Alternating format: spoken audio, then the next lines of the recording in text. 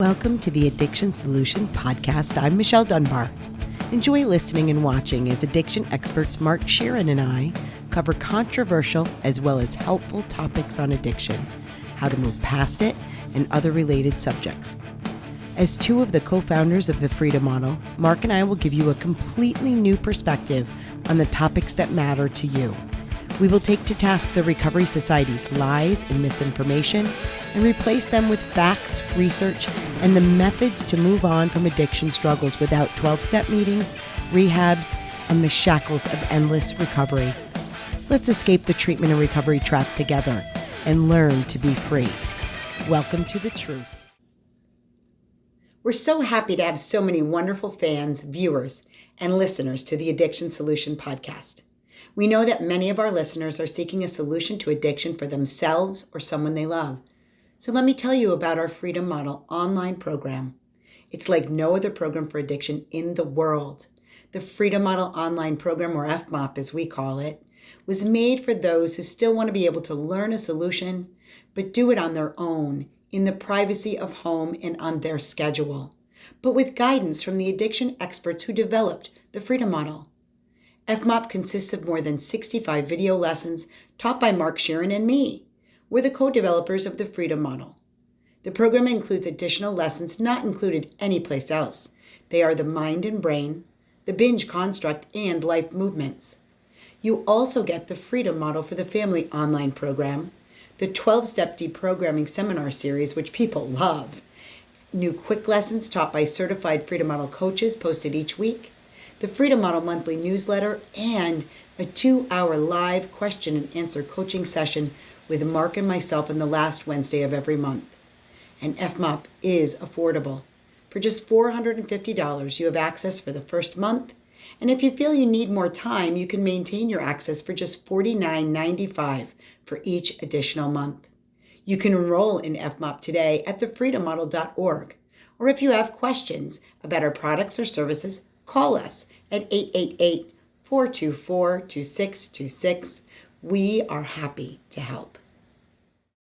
Hi, everybody. So my name is Mark Sheeran, and this is Michelle Dunbar, and welcome to the Addiction Solution Podcast. And we are the co-creators and co-authors of the Freedom Model for Addictions, Escape the Treatment and Recovery Trap. And that also includes our colleague, Stephen Slate, who was also a major portion of the writing. Yes. This is episode 150. Can you believe it? Yeah. It's crazy, right? Anybody that's been binge listening, which we have a couple people that are talking to us that have listened to 100 episodes in a week. You probably are like, oh yeah, it's definitely episode 150. Yeah. So this is going to be an interesting one because we're going to talk about something that is very nuanced. The other thing is I have a bit of a cold, so I might cough every once in a while. So I'm sorry if that goes into the speaker loud. But it's going to be a nuanced thing that we have to explain to people.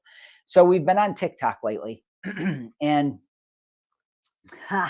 stirring up some shit. Yeah. Yeah. Well, TikTok is very unique because you only have a very limited space to explain something. And so because the Freedom Model is the opposite of everything that's out there, if you say something that is counter to the model, to the general treatment recovery ideas, it sounds like you're just criticizing it because you don't have the opportunity to give the nuance behind what you're saying. Right. So you sort of drop a bomb, then you have to explain through all the comments, and it turns into this big shit show, which is the natural way. It's just social media. I mean, that is what it is. But I wanted to take the time to talk about a very specific thing, and that is people say, so you think the Freedom Model is the only way that's effective to get people to solve their addiction. And the answer is yes. But it's more a case, and this is what's important, it's more a case of what the Freedom Model represents, which is the individual. Yes. So if I was to say that something works, it's you. Right. Now that nuance is lost to people because they hear The only way, and they freak out. Well, because there is a belief in our culture that is rooted in the 12-step model. Make no mistake. There's a belief in our culture that you need something outside yourself, that something comes in and fixes you from the outside, whether that's a higher power or a therapist or a medication or meetings or, a group of drunks, right? It's that something outside yourself needs to come into you to fix you. And what the freedom model basically shows people is no, the only way that you actually solve addiction, that you truly can be free from it, is by changing your mind. Right, by making a decision to see addiction in a different way.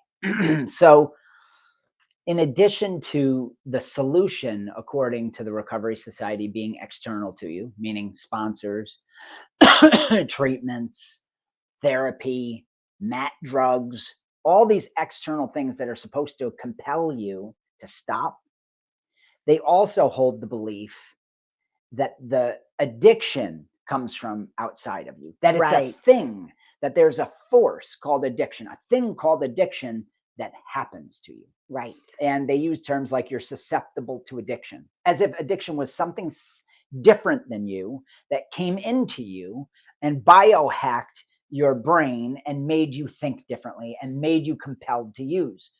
So they have a view that addiction is a force that necessitates treatment, which is a force, and that you are a passive bystander in this battle, and you have to pick one side or the other, either recovery or addiction. And there is no way that you as an individual are a part of that scenario. Right. So what they have done effectively over the last 80 years, which is really fucking remarkable. Yeah, it is they've marginalized or literally checked off you. They've said you're not really in the equation anymore. Right. You need to, your mind is the problem. Yes. So they blame you. There's so many contradictions here. It's so confusing to people. But they blame you. They say your mind is the problem. You can't even trust your own thinking. Right. There's something wrong with you. You are diseased. You are biohacked. Your brain is broken inside. You got a screw loose. There's something wrong with you. Yeah, the drugs have changed your brain, and you now have a progressive chronic relapsing brain disease. None of this is true. None of it is supported by research. You need to know that. 100 years of research, right? Doesn't support this. There's no credible research that supports that you have a mental deficiency, that there's something broken within your brain. Or a weakness to these otherworldly forces of recovery and or addiction.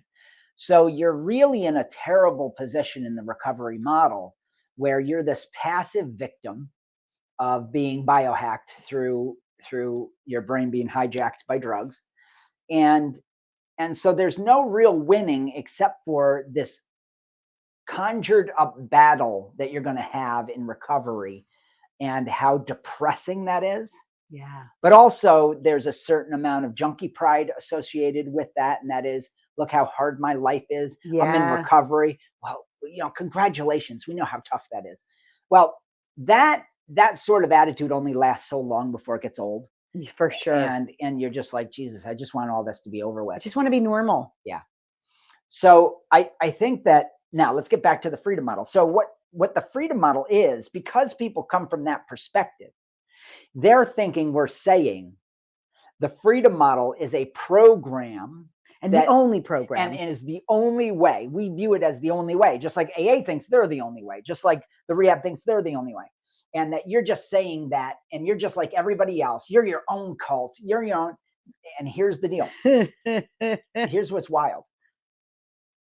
The book, The Freedom Model, which is right up there, and Michelle's book, the family book, is there, is outside of you. The pages, the paper that it's printed on, the digital screen when you're reading it on a tablet is external to you. That's the only part that's external to you, is the physical book. Okay. Right. Everything else is ideas. So the freedom model is ideas, because we know that ideas are your problem. Your problem are ideas internal to you.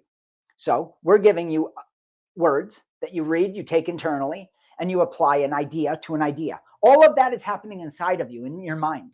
Right. There is no disease present. There is no biohacked, thing happening in your brain tissue.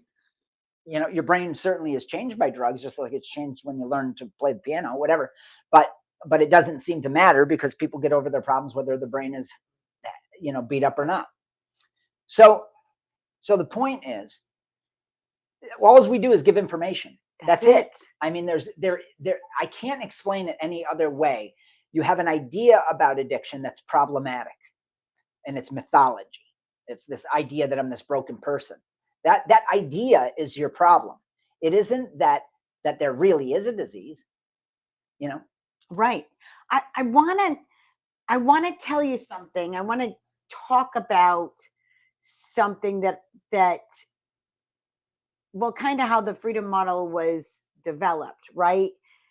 When Mark and I were in AA in those early years, in the early 90s, there was so much cognitive dissonance within me, because I would look around, and this is where I think a lot of people that are in AA struggle, and then they point fingers at us. Okay. Millions of people are helped by AA. And so I would look around, and if I was objective, I could see that the vast majority of women that I sponsored, and I sponsored many, didn't stick it out. Right. I could see that the vast majority of people, I mean, I had, at any given moment, I was going to 7 meetings a week. So that I would go to them every single week. So I would see people coming in and out of these meetings. Yep. You would see people maybe for a week or two, and then they'd be gone. Most people don't notice that kind of shit. Most people don't see that. Now, when you have somebody that sticks it out for a month or two, you do notice when they leave, right? And we all automatically assume they were drunk, right? Which turns out not to be true. But there was a part of me, and I would ask this question: why did I get it? Because I knew I would never, from the day that I quit drinking heavily, I genuinely knew I'd never go back to drinking like that again, even though AA was instilling all this fear in me. But when I stopped, I knew I was done, and I never wanted to go through withdrawal again, ever. Like, I was like, I'm never going to do that again. I was done with that lifestyle. I was ready to grow out of it. And that's the way I thought about it in my mind. But then when you go to AA, you're told all these other things, and so, so I would ask, why am I sure that I'm better? Why am I sure that I'm not going to go back to that again? And why is everybody else struggling? All these other people are struggling. Does God love me more? Because isn't it about prayer? Right. And spiritual fitness. And I certainly wasn't doing everything I was told. I was actually, if somebody told me not to do something, I would go right at it directly and be like, oh yeah, I'm going to do that anyways. So I wasn't doing what I was told. I wasn't the good little AA girl. Right. You weren't. I definitely you rallied against a lot of it. I did. And so I'm like, so why? So that for us was what I personally, and I know you did, needed to understand. I needed to understand, even the people AA that stay sober, how do they do that? Because clearly it's not the steps, and it's not the suggestions, and it's not even the meetings, because the vast majority of people that go to meetings don't stick around. Right. So I could see none of those things. And I wouldn't accept the idea that, they're the idea of, which people are telling us on TikTok and social media, that, well, up to people didn't take the suggestions. They just, you just have to not drink and go to meetings. Like, meeting makers make it. And I'm like, no, I would see people going to meetings. I mean, even the people that stuck, 5% that stuck it out for a year, only a small percentage of those are actually sober that whole year. Like, a lot of them are going in and out and in and out. And we know that's true from the research. And we know that's true from our own professional experience, because we get those people. Well, here's what you're talking about. So there's a difference between coming to grips with something internally and making a change of mind, and an external series of rituals. And in our book, The Freedom Model, we talk about rituals, and I use the analogy of the Hopi Indians and the rain dance in Southwest America, where every spring they would get together, they would do a week's worth of dancing, and they had a ritual with 4 snakes that they would arrange a certain way and release, and then the rain would come. And they would say to themselves, thankfully that they had done the rain dance every year, or else they would die living out in the desert. So they gave credit to the rain dance. And we do the exact same thing with treatment. Yes. We have this massive, massive amount of what we believe is life-saving treatment protocols and recovery processes, including the Sinclair method. That's the one I love. I mean, that one is people really believe that there's some mix. Even people that follow us and love us believe. There's a lot of people that are like, have you tried the Sinclair method? Yes. Have you tried the Sinclair method? There's a certain recipe of drugs and support and this and that you need. And have you tried that? Have you tried going to meetings? Have you tried smart recovery? Have you tried this? Have you tried that? And then people say, well, you're in that mix, Mark. That's my point. No, we're not. No. Because with the exception of the physical pages, the only thing that I'm telling you to do is to think. Yes. I'm not telling you to go to a meeting. I'm not telling you to be in some recovery protocol. I'm not telling you to get a sponsor to ask about your relationships and whether you should go to college or not. I'm not telling you to be in therapy. I'm not telling you to take medications. To take medications. I'm not telling you to do any of that in the Freedom Model. What I'm telling you is, here's the information on all that.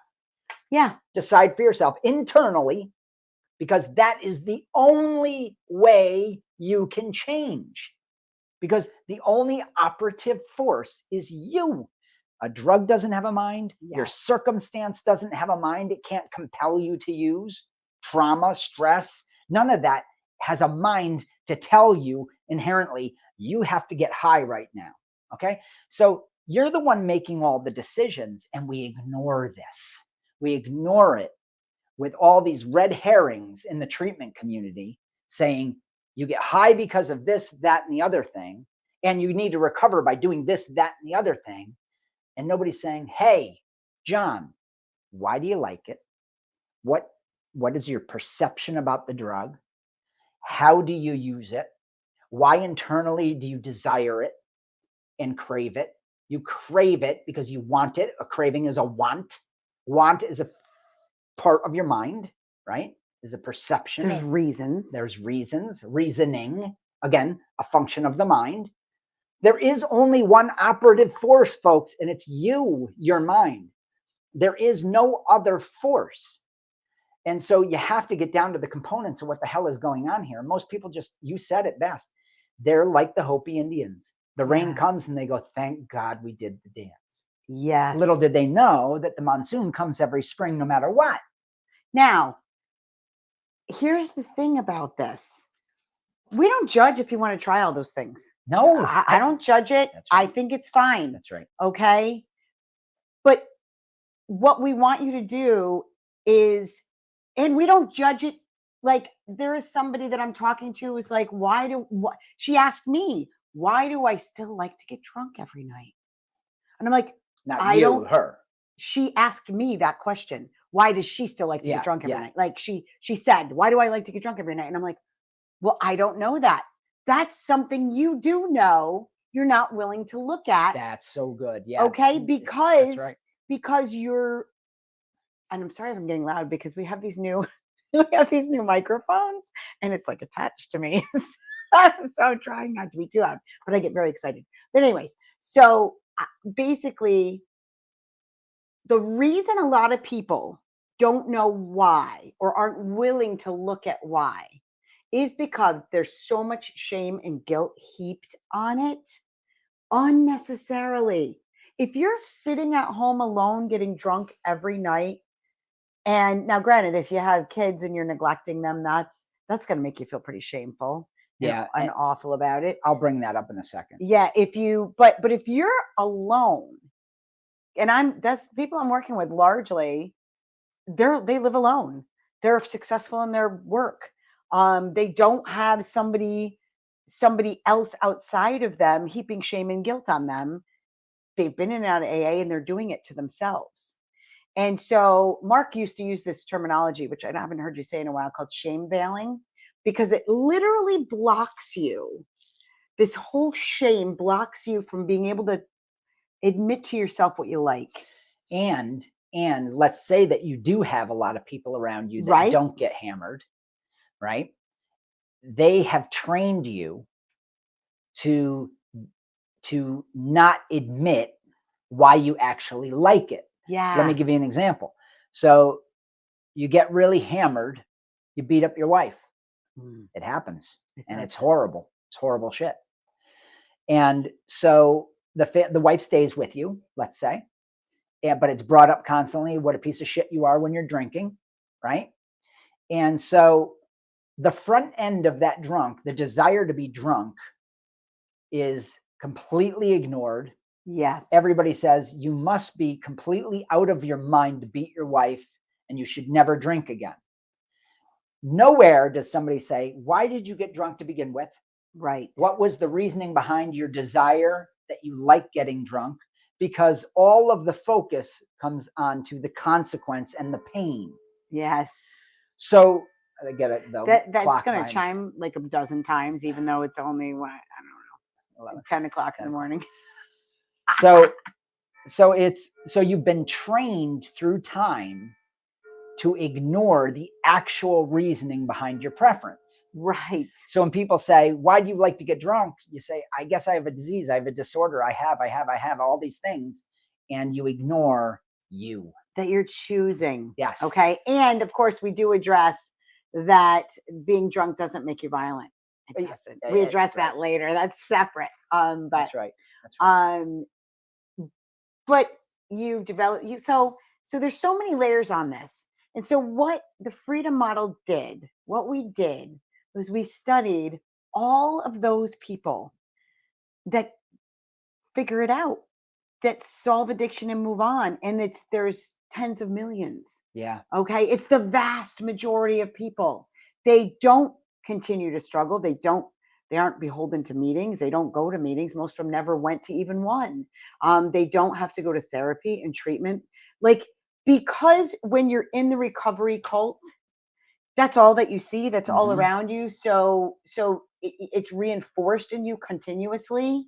But when you leave that cult and you go out in the real world, there is a whole lot of people who just at one point in time, there are people you would never guess that once had an opiate problem that just stopped it and moved on with their lives. There are people that you'd never guess that partied their asses off for a period of 10 years in their 20s and they just solved their problem and move on. Do you know why you'd never know? Because they've solved their problem, they moved on, they don't talk about it. Right. There's no fanfare with natural evolution as a human. Yes. When there's cataclysmic change and some sort of massive psychic shift, you see it in a person's behavior when they go from hardcore to stopping, and after they've had some bad night, everybody looks at the bad night and says that's why he stopped. Well, they don't account for maybe the 20,000 thoughts prior that person personally had saying, I want to stop. I want to stop. Yes. I want to stop. I had that. Me I too. wanted to stop for about 6 months in this Me too. wicked bender.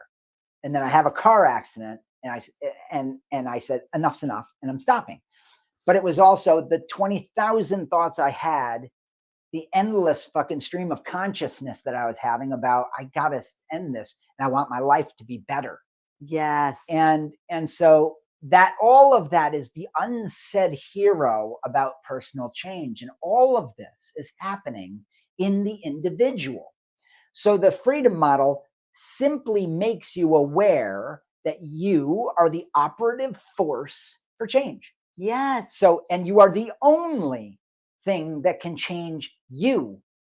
Because if there was a way for me to walk up and inject somebody with a magical potion that made you compelled to stop, wouldn't we just vaccinate everybody for alcohol?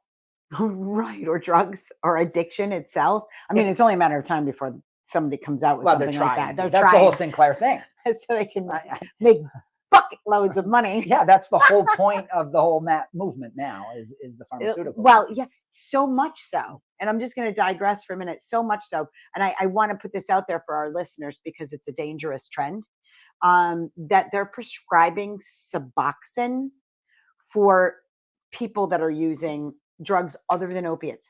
Make no mistake, Suboxone can help with opiate withdrawal only. You can go on a Suboxone taper that will make it so that if you taper long enough and slow enough, you won't have withdrawal symptoms. But now we've actually experienced it where we were trying to get somebody that needed a benzo detox into a detox locally. And the doctors are like, oh, you should just get Suboxone and go home. What? Yeah. Suboxone does not help with benzodiazepines. Not to mention this person was in massive withdrawal and could have died. Hallucinating. And we never were able to get them in a local detox. We went to, I think, 10 different places, and they all wanted to put them on Suboxone. And send them back to us. And send them back. And we're not a medical facility at the time. So we ended up sending them out of state to a place that would do it. It was just craziness. So yeah. So look at, if you are struggling with benzodiazepines or meth or cocaine, and somebody says to you, take Suboxone, that is a total scam. Yeah. And it's horrendously dangerous for benzodiazepine withdrawal. Yeah. So that was a digress. I had to say it, but that's still this whole idea that there's something outside of you that needs to come in. That's right. That's right. There is, I'm going to say it over and over again. There is no external means by which you become addicted. And there's no external means by which you become recovered. There is only decision-making that can change you.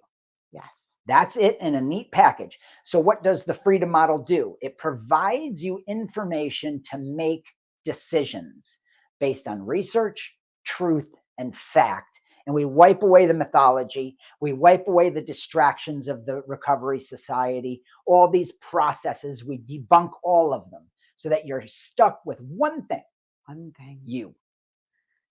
And what you believe about yourself, what you believe about substances, what you believe about how you fit into the world. I mean, it's all about you and your beliefs and your desires. And that's why we can say that the Freedom Model is the only method that can work today, because we're the only ones saying this. Yeah. We're the only ones that bring you into the picture for you to make decisions that are different than you made yesterday, to evolve as a human being. All we're doing is saying, hey, are you aware that you're this thinking, creative, evolving person? Did you know that? And did you know that most people get over the problems that you're encountering? Did you know that? No, you're not going to hear that from the Recovery Society. No. There's no way in hell, because they want to sell you something. Just like the beer company wants to sell you something, the treatment community wants to sell you their opposite, but it's the same thing. It's the same external thing. And they're all jockeying for your cash. Yeah. We're not. No. So people have said, so that means if what you're saying is true, that means I don't even need the Freedom Model. Yes, that is what we're saying. As long as you know the truth. As long as you know the truth. If you don't know the information that's in that book, if you don't know that recovery processes are a distraction from you moving on with your life, if you don't know that, well, you need the information to know that. If you don't know that it's not a disease, that addiction is not a disease, well, you need to know why we're saying that. If you don't know that it's not a brain disease, a chronic relapsing brain disease, well, it's not. So you need to know that. If you believe that trauma is causing your addiction, it's not true. We have the data that can show you that that's not true at all. There's not even a weak correlation. Right. Okay. If you believe that if you're somebody that can't drink normally like other people, that one drink makes you drunk, that's not true. There's a whole lot of research that shows that you're never out of control. Okay. There's so many things in there. If you believe that substances can help you with your stress. Here, I'm going to read the table of contents. Oh, yes. Here are the topics. You ready? This is the information you're getting, because I'm going to send everybody on TikTok and our accounts to this podcast, and we can clear this up. Yes. Okay. So I'm going to do a sampling of topics. All right. Addiction and recovery ideology is wrong and creates perpetual struggle. Addiction and recovery, two sides of the same coin. I'm just randomly going through this. Are you cornered into perpetual recovery? Are you lost in processes, indirect processes of change? What is the freedom model and how can it help me? How do I quit drinking or drugging? We answer these are like topics within chapters. We answer all of these. That's right. How beliefs are formed and why they are hard to challenge. The Hopi, that was the analogy I used about the rain dance earlier. The three building blocks of freedom. All choices are made in the pursuit of happiness. Costly behaviors are a pursuit of happiness too. There's only one direction of motivation toward happiness. Let me see, what else? Fear alone isn't enough to change. Self-image matters. The addict alcoholic self-image. Everything changes once you see yourself as addicted. Oh, that's for sure. Yeah. Constructive self-images. You can change your self-image with knowledge, changing learned connections. You have a choice. Shedding the alcoholic and addict self-image. Living free. Living like a caged lion. Leaving the cage of recovery. Choosing what is best for you. What if you approach the decision without shame? It's your choice to make, and here's why it matters. You are what you think. Identical thoughts equal identical feelings and behaviors. Choose a new self-image. Shame and shoulds. Holding on to powerlessness. Starting off on the right foot. Everything has a price. What is a preference? Don't make your change unnecessarily conditional. Unhappiness isn't a cause of heavy substance use. You can't need what doesn't help you. Placebo effect and active placebos. The illusion of emotional relief. Drugs and alcohol can't think for you. Constructing the illusion. The power of distraction. Reprieves. Let me just get here. The not so simple pleasure center. Pleasurable things. Substances are subjectively enjoyed. Let me see here. Reframing costs to the freedom model perspective of benefits. Benefits of use. You're not stuck. The benefits of adjusted use or abstinence. Pitfalls of goal setting. That's an interesting one. The myth of loss of control. The brain disease model of addiction. The emotional rhetoric and the neuroscience explanation. Addiction isn't chronic. Heroin and the myth of addictiveness. Moderate opiate users. Ooh. Can an addict ever go back to moderate use? Does withdrawal make heroin opiates addictive? People can moderate if they prefer it. You can moderate, but is that what you really want to do? Yeah, but I tried it before and lost control. The myth of willpower. This is in the appendices, by the way. So if you've read the beginning of the book and you haven't gone through the appendices, go through them. They are we pulled them out because they're heavy on the research end of things. So they read more like that, like the research, but the information in there is absolutely invaluable. So this podcast, we can end with this. This podcast was designed just so you understand when we say there's only one way. It's not the freedom model per se, it's you. But if you don't know that, you need the freedom model. That's it. Everybody solves addiction the exact same way, regardless of how they get there. But the problem is just believing that you're sober one day at a time and believing that substances are still out there lurking, ready to get you, in the end will take its toll on you. Yeah, because that mythology is powerful. The It imagery really is powerful. All of it is powerful. If you believe that, it's a self-fulfilling nightmare. You create a boogeyman that literally is out to get you, that thinks for you, and that you need other people to now think for you because you're the problem. You're the solution. You're the only solution. Do you see that now? Yeah. So if you don't believe that, and you're thinking to yourself, what are they talking about? My God, we built a 400 and I don't even know how many. I always say 470 pages. He always like just makes up a number, but I think it's like 460 something. 465. Okay, 460. Oh, 469. 469. So it's always between 465 and 470. So we were always right there. So that's why we built this. Yeah. We built this so that you understand that all of the information in here is to debunk what gets in the way of you making decisions. And that book started directly. out at over 600 pages.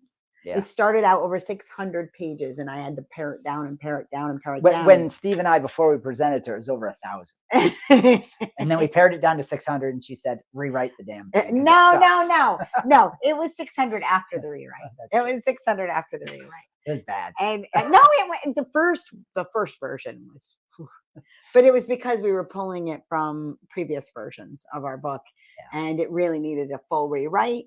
Yeah. And then Steve took the bull by the horns and really. And how it started was, Mark, you said, let's just debunk all the myths. Let's just take each myth that people believe and let's just break them down. And that's how you did the rewrite. Yeah. And it was brilliant. Absolutely brilliant. So yeah, if you don't know the truth, this is one of those cases where the truth will literally set you free.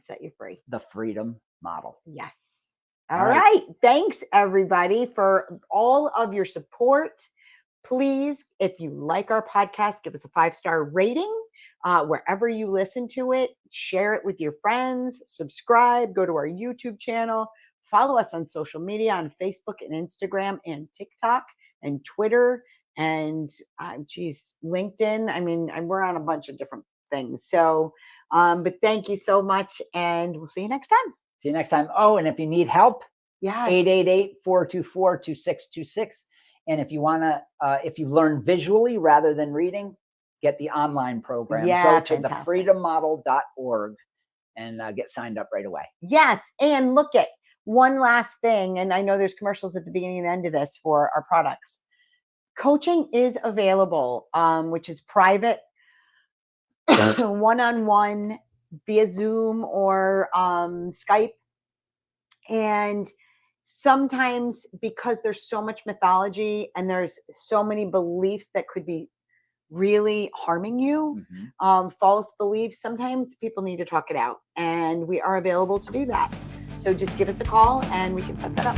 Great. All right. Thanks, everyone. Bye.